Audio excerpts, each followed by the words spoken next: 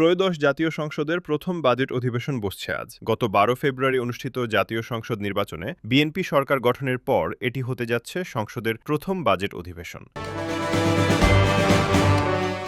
ত্রয়োদশ জাতীয় সংসদের দ্বিতীয় অধিবেশন হিসেবে এই অধিবেশন রোববার ৭ জুন বিকেল ৩টায় জাতীয় সংসদ ভবনে শুরু হবে।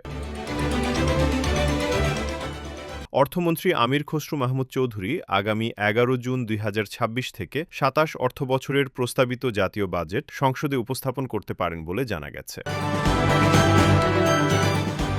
এর আগে গণপ্রজাতন্ত্রী বাংলাদেশের সংবিধানের ৭২ অনুচ্ছেদের ১ দফায় প্রদত্ত ক্ষমতা বলে গত ৭ মে রাষ্ট্রপতি মোহাম্মদ সাহাবুদ্দিন সংসদের এ অধিবেশন আহ্বান করেন।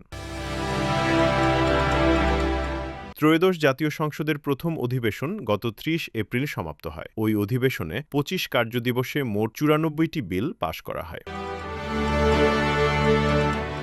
Desk report, press desk, BD.